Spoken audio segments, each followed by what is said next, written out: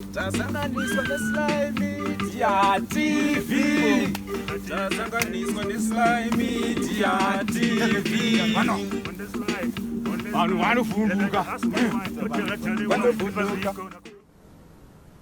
Greetings. Death and destruction are not a solution. Vandalism, threats are not a solution. We need to find ways to deal with the situation, and the situation is a situation that's quickly spiraling out of control. Now, to start with, I do not form part of any social media platforms. I am not on Twitter, I'm not on Instagram, I'm not on Facebook, and all those other platforms that exist. I have not made any inflammatory, any divisive, and any inciting statements, now or ever. I'm about peace, I'm about solutions, I'm about unity. And the only way that we're going to get through this problem we have at hand is by unifying. Now, we can't have a situation where we're spreading false information, we're spreading information that is true, that is out there, and further flaming the flames of disparity and desperation. We have people that have been looting, and just to touch upon that point, they're being called looters, criminals, hooligans. Now, the reason why that is a problem is that further fans the flames purely because these are people that are desperate. Am I condoning their behavior? Am I condoning the behavior of mass destruction? Most definitely not. But we need to understand the root cause of these problems. And part of the problem is poverty. Part of the problem is unemployment. Part of the problem is inequality. Now, leaving all the politics aside, let's deal with the situation with reality in mind. Now, we all know what the situation is. People that have but don't have live across the roads from us. They work for us.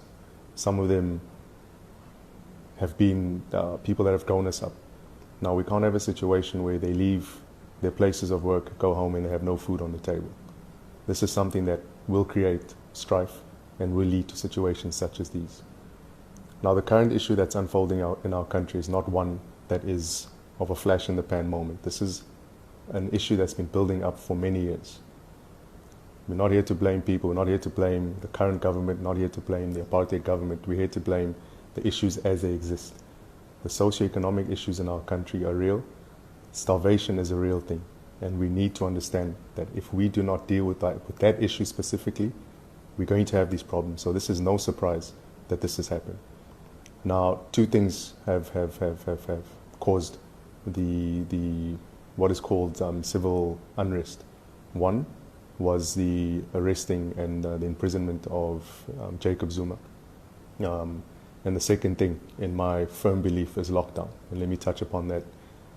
Now, I feel, and this is my fundamental right as someone that is a family member to the gentleman that's been locked up, I feel that his imprisonment was unjust and unfair. And I stand by him, and I've been calling, and I continue to call for the releasing of Jacob Zuma. The second thing is the lockdown. Now, if we think we're going to continue with the lockdown and this situation is going to be brought under control, that's not going to happen.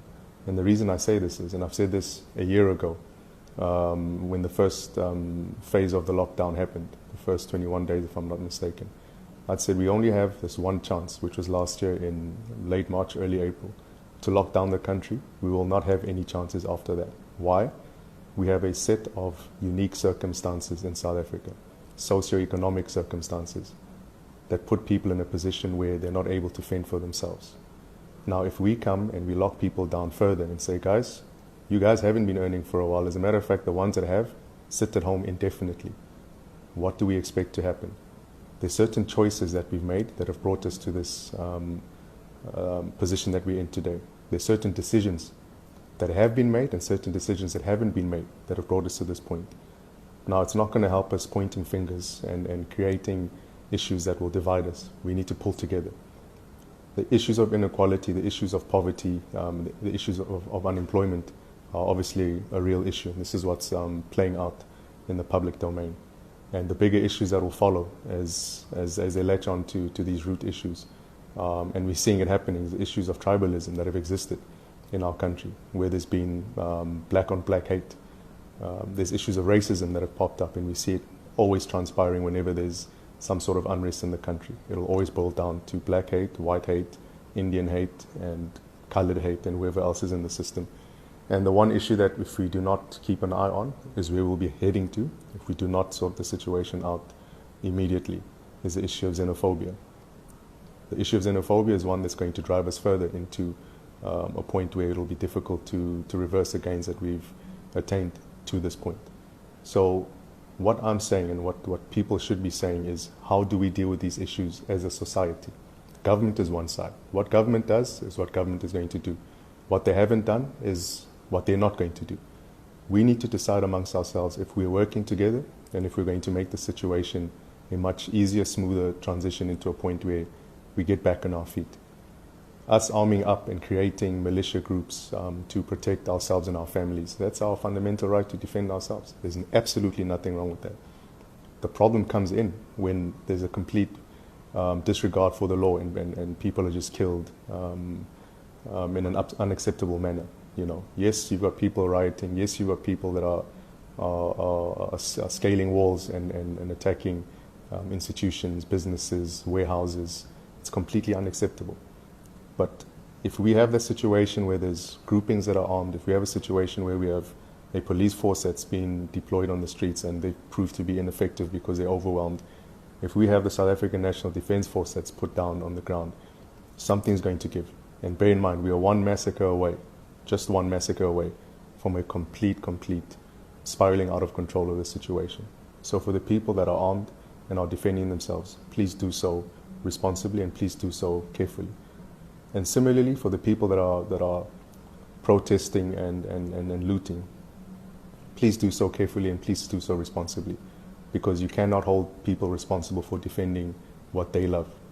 So that's just a point that I wanted to raise. So unless we start off by dealing with the issues that seem to be the problem, which is the imprisonment of Jacob Zuma, number one, and number two, the lockdown, in my belief, that's causing these issues, we are not starting in resolving these problems. Why?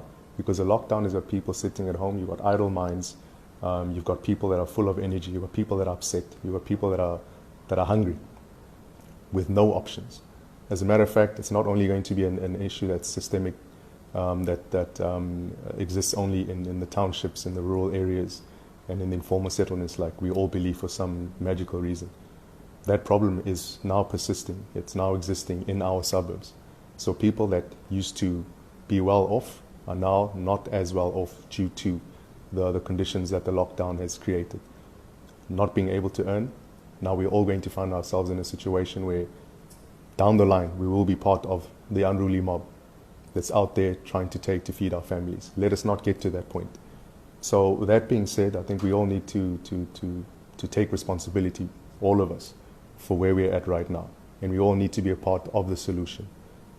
Talking, finger pointing is not going to help. We need to start making decisions, and we need to start making them now. If we think we are not going to feed the poor people that are busy ransacking the economy, then we're not getting off to a start. So we need to find ways. If we have a military that's deployed, let's not make the military antagonistic to the population and vice versa. Let's create a situation where the military is part of the solution. People need to be fed. Let's get the mills up and running. Let's get the businesses up and running. Let's get people out on the streets to live, to earn, to work. Let's get the manufacturing plants of operation. Let's get the food making facilities up and running, whether it's bakeries, sugar mills, maize meal manufacturers, non-perishable goods, tin stuff and that sort of stuff. We need to get food to the people, because if we are not dealing with that issue of feeding people first, we can't expect them to sit at home when we tell them, guys, go sit at home when they've got nothing at home. But once again, it's inexcusable that they are destroying property. It's inexcusable that there's loss of life. That's not what we stand for. So people, it's time for us to make some serious decisions. It's the finger pointing and then the blame game will never help. Taking up arms and creating mini revolutions in whichever direction, that's not going to help. We have a country to protect. We have a country to build. It's all our responsibility, from the communities that we live in and the neighborhoods that we are part of. How do we get to a level of calm where we are all benefiting from how this country moves forward. Because if we keep ignoring the issue of poverty in this country, what is happening now will continue to happen. It may die down for some or other reason, but it will pop back up again because it's an issue that is uncontrollable. You cannot tell a hungry man or woman not to fend for their families. That goes for all of us. So let's be careful what we do. Let's be careful how we proceed. Let's make the right decisions. Let's make the right calls. Let's stop blaming each other. We're all in this together. We are all losing. It's not just one grouping of people losing. Let's band together and let's make this thing work. I feel like this is an opportunity for us all to be part of what South Africa should be, and not what people are telling us it should be, and not what people are driving it to. So this has got nothing to do with politics. It's got nothing to do with politicking. This is a reality on the ground. If these things don't happen, we should not be surprised with the outcome. That's as simple as it is. I think we all need to be responsible and take responsibility for the situation we're in. Because for a long time we've turned a blind eye, that's all of us, to the poverty in this country.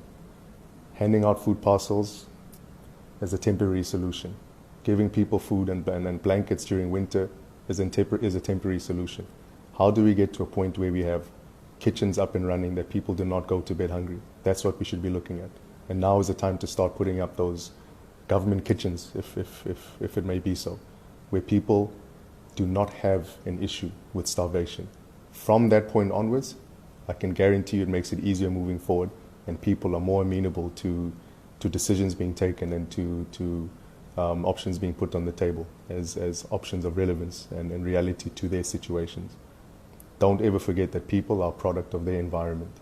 As much as people want to point fingers to hooliganism and looting mobs and trying to blame it on whichever factors they're blaming it on, that's not what it is. This thing is very simple. People are going to do this. They are going to continue to do this as long as there's no food on the table. Lift the lockdown, let people get back to work, let businesses run. That is a starting point. Thank you very much.